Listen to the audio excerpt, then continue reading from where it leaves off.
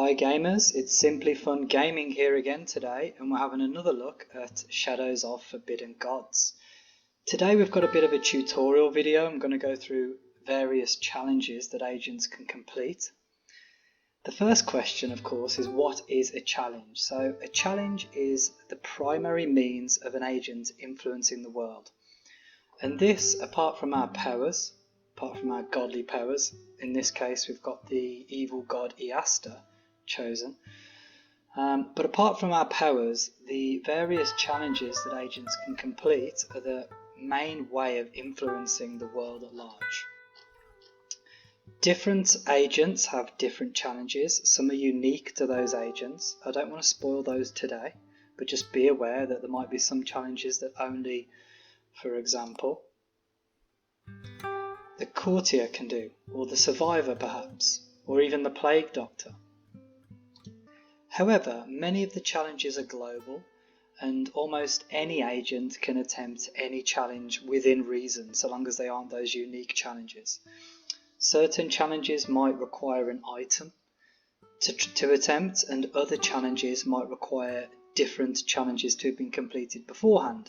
So for example, we can't infiltrate or we can't rob Dr. Poinbetten until we have first infiltrated this location.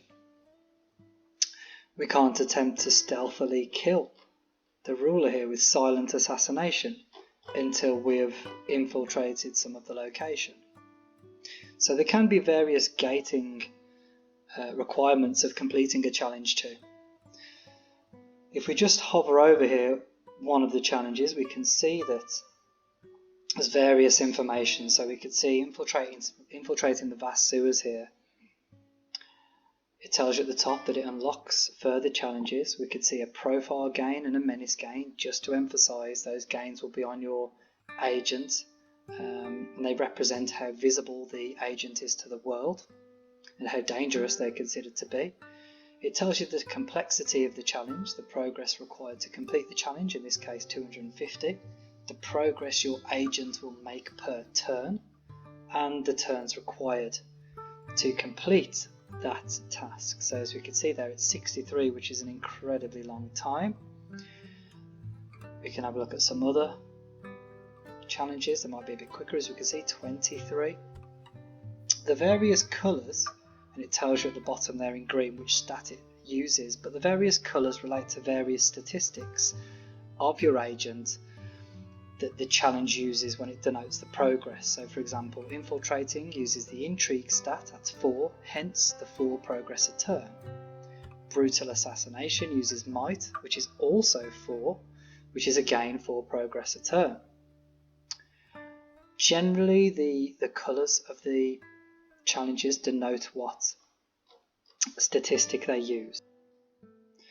The black challenges, lay low and rest and resupply, that our supplicant is currently attempting in this case, are neutral challenges. So they can be attempted by any agent and often the heroes as well.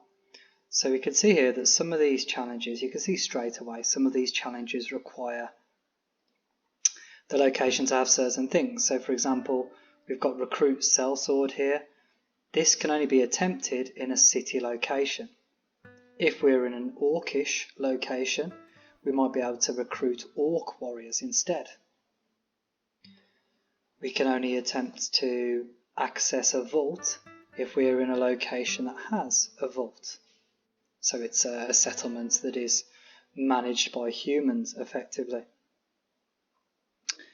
And most interestingly, we can only attempt to influence heroes at locations if the heroes are, if this is their home location. So if we click on this doctor here, we can see her home location is the city of Piriseri, which is where we happen to be. So if you find a location where, and you'll see heroes often congregate relatively near their home location.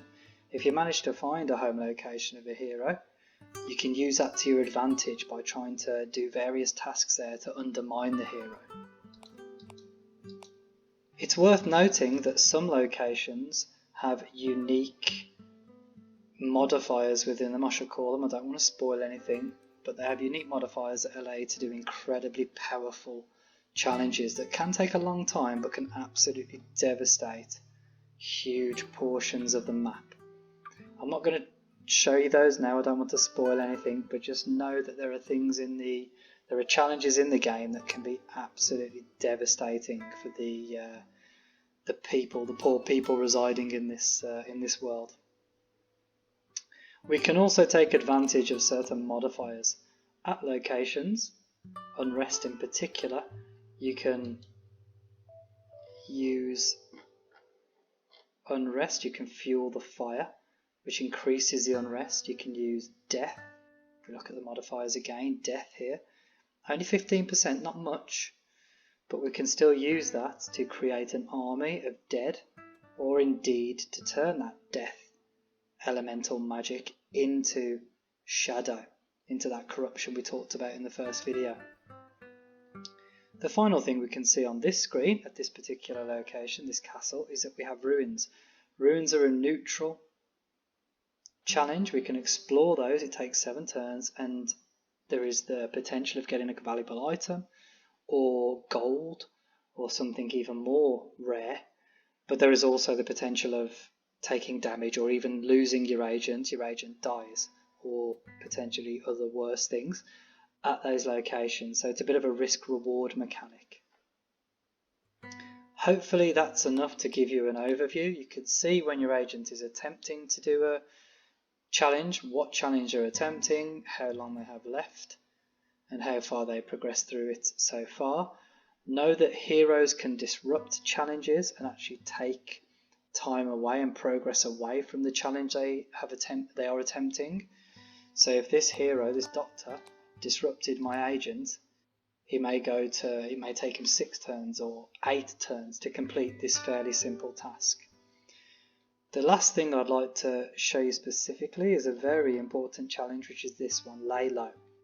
Lay Low is a challenge that reduces your agent's profile and menace. It's key to use this in the mid to late game if you want to keep an agent alive. If you don't use this, your agents will be hunted by heroes and they will die. Quite horribly, it's likely. Anyway, that's the quick tutorial on challenges. If you've got any questions, please throw them down below in the video. If you like what you see and you'd like to see more, please subscribe to the channel. And thank you very much for watching.